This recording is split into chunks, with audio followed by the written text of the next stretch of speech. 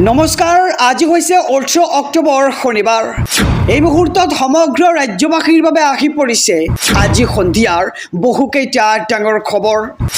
এই মুহূৰ্তত জনাইছোঁ আজিৰ প্ৰথমটো খবৰেই সমগ্ৰ ৰাজ্যবাসীৰ বাবে এটি ডাঙৰ খবৰ, বিগ ব্ৰেকিং নিউজ।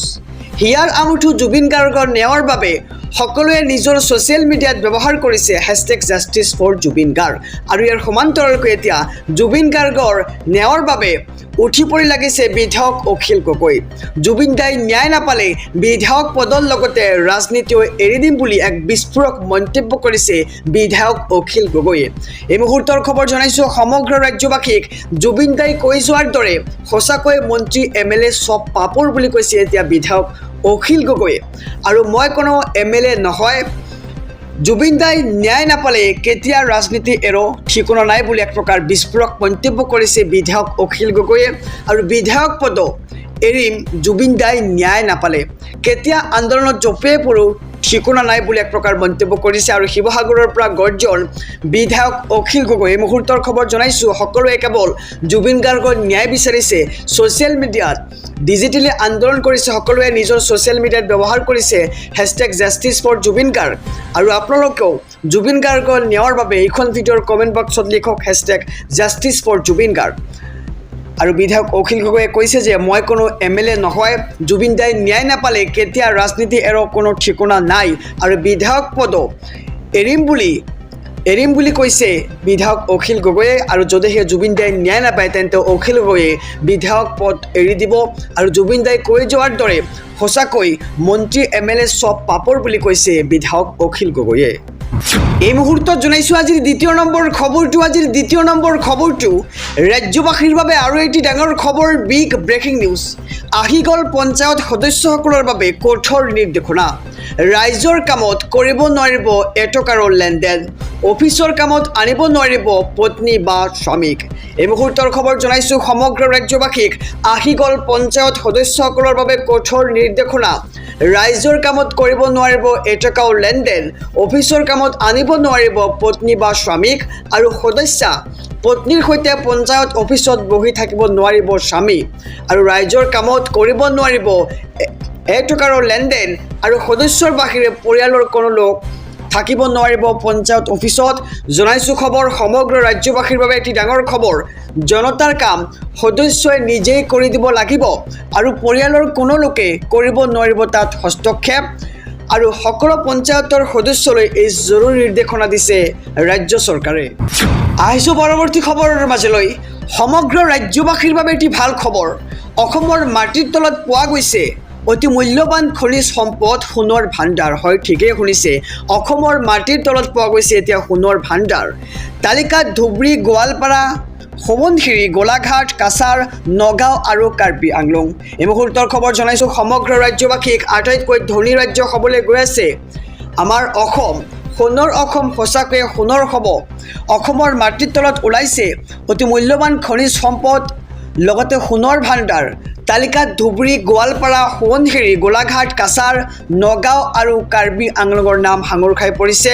আৰু এই খনিজ পদাৰ্থই সলনি কৰিব অসমৰ অৰ্থনীতি। জিঅ'লজিকেল ছাৰ্ভে অফ ইণ্ডিয়াৰ সমীক্ষাত প্ৰকাশ পাইছে এই ডাঙৰ তথ্য।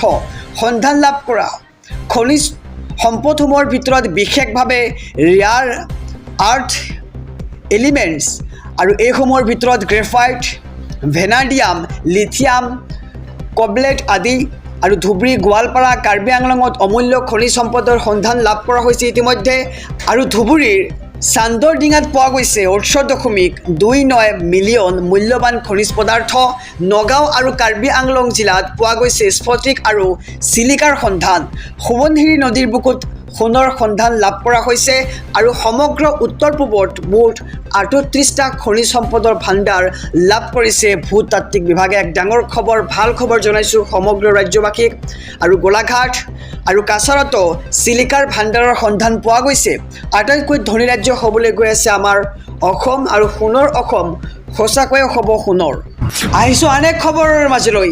ৰাজ্যবাসীৰ বাবে আৰু এটি ডাঙৰ খবৰ অসমীয়াৰ ওপৰত জুবিন গাৰ্গৰ আস্থা আছে জুবিনে বিচৰা অসমখন আমি গঢ়িম মন্তব্য কৰিছে জুবিন গাৰ্গৰ পত্নী গৰিমা শইকীয়া গাৰ্গে এই মুহূৰ্তৰ খবৰ জনাইছো গতিকে খবৰটো দিয়াৰ আগতে যদি আপুনি চেনেলটোত নতুন তেন্তে সাবস্ক্ৰাইব কৰক আৰু যদি এতিয়ালৈকে ভিডিঅ'খনত লাইক কৰা নাই তেন্তে লাইক কৰি ভিডিঅ'খনৰ কমেন্ট বক্সত লিখক #justice4jubin garg অসমীয়াৰ ওপৰত জুবিন গাৰ্গৰ আস্থা আছে আৰু জুবিনে বিচৰা অসমখন আমি গঢ়িবই লাগিব আৰু মোৰ যেতিয়াই তেওঁ কিবা ক'বলৈ থাকে মই সোণাপুৰলৈ আহিম আৰু মোৰ সাহস শক্তি সকলোখিনি তেওঁৰ পৰাই পাওঁ মোৰ তেওঁৰ লগত পাতিবলগীয়া বহু কথা থাকে জাতি ধৰ্ম বৰ্ণ নিৰ্বিশেষে আমি হাতে হাত ধৰি আগুৱাই যাম আৰু সকলোৱে একেলগে জুবিনে বিচৰা বৰ অসমখন আমি গঢ়িম সোণাপুৰত মাজনিশা উপস্থিত হৈ মন্তব্য কৰিছে গৰিমা শইকীয়া গাৰ্গে আৰু অসমীয়াৰ ওপৰত জুবিন গাৰ্গৰ আস্থা আছে বুলি মন্তব্য কৰিছে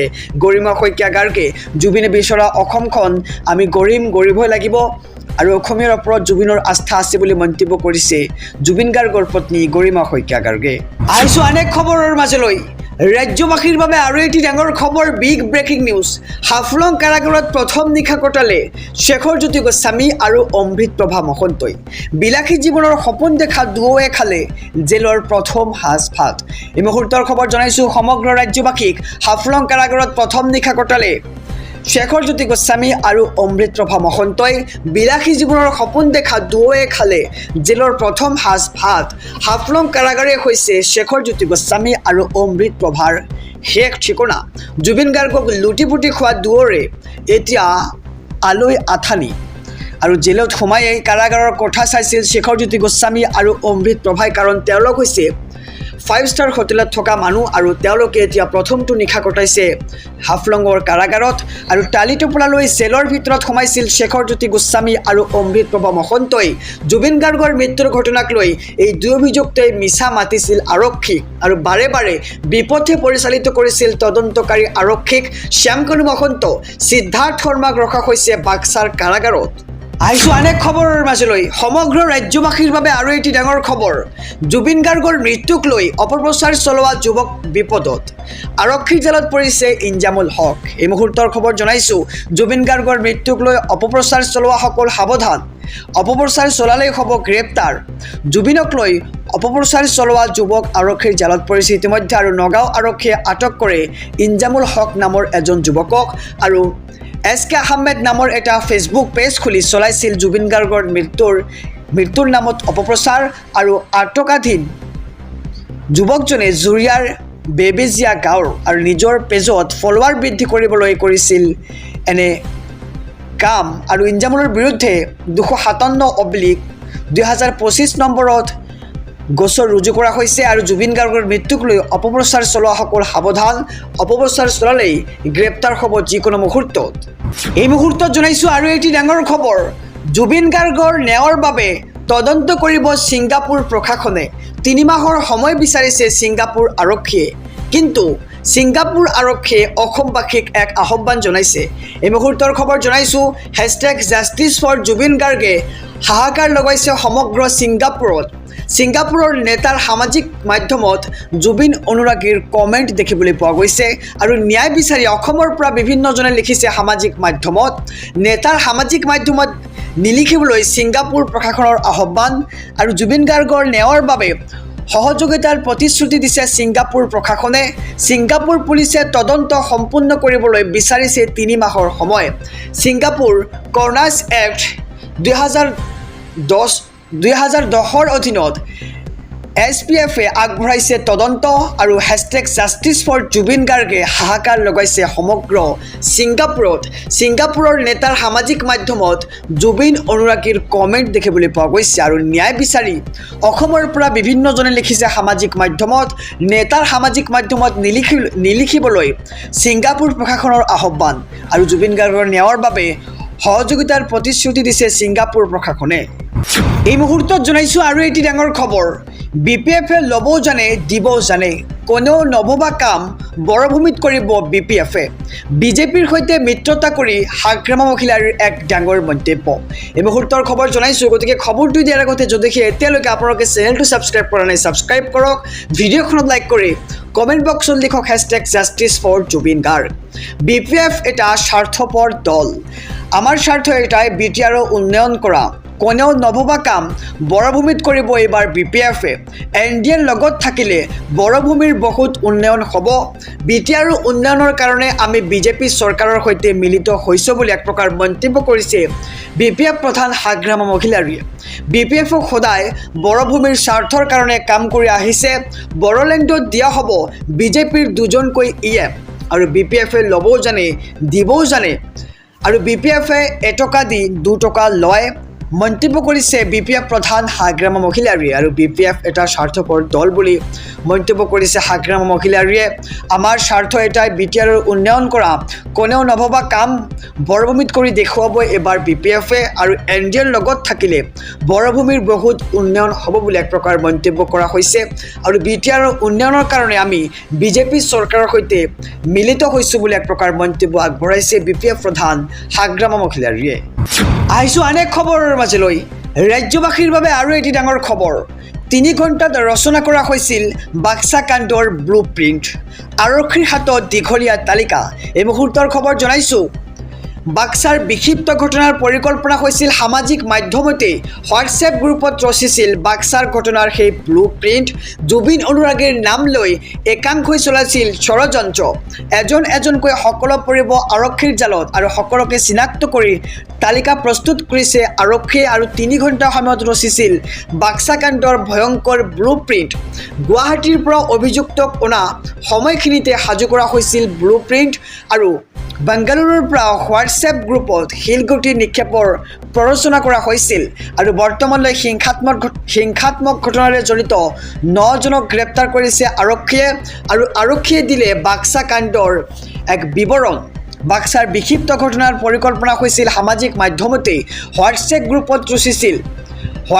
গ্ৰুপত ৰচিছিল বাক্সাৰ ঘটনাৰ ব্লুপ্ৰিণ্ট আৰু জুবিন অনুৰাগীৰ নাম লৈ একাংশই চলাইছিল ষড়যন্ত্ৰ আহিছোঁ পৰৱৰ্তী খবৰৰ মাজলৈ ৰাজ্যবাসীৰ বাবে আৰু এটি ডাঙৰ খবৰ জনজাতিকৰণ নিদিলে 2026ত বিজেপিক ব্ৰহ্মপুত্ৰত দলিয়াই দিম নামনি অসম কপৰ হুংকাৰ এইবাৰ আক্ৰাসুৰ এই মুহূৰ্তৰ খবৰ জনাইছোঁ পুনৰ আন্দোলনত কঁপিব সমগ্ৰ নামনি অসম কপৰ হুংকাৰ প্ৰদান কৰিছে আক্ৰাসুৱে 9 নৱেম্বৰৰ পৰা প্ৰতিবাদত কঁপিব নামনি অসম 2026ৰ নিৰ্বাচনৰ পূৰ্বে জনজাতিকৰণ দিবই লাগিব আৰু জনজাতিকৰণ নিদিলে বিজেপিক ব্ৰহ্মপুত্ৰত দলিয়াই দিম বুলি এক প্ৰকাৰ মন্তব্য কৰিছে আক্ৰাসুৱে আৰু জনজাতিকৰণ নাপালে বিজেপিৰ বিকল্প চিন্তা কৰিম 2026ৰ নিৰ্বাচনৰ পূৰ্বে কোচ ৰাজবংশীক জনজাতিকৰণৰ দাবী আৰু কোচ ৰাজবংশী যুৱ সন্মিলনী সংগ্ৰাম সমিতি আক্ৰাসুৰ আন্দোলন ঘোষণা আৰু আক্ৰাসুকে ধৰি মুঠ 6টা সংগঠনৰ হুংকাৰ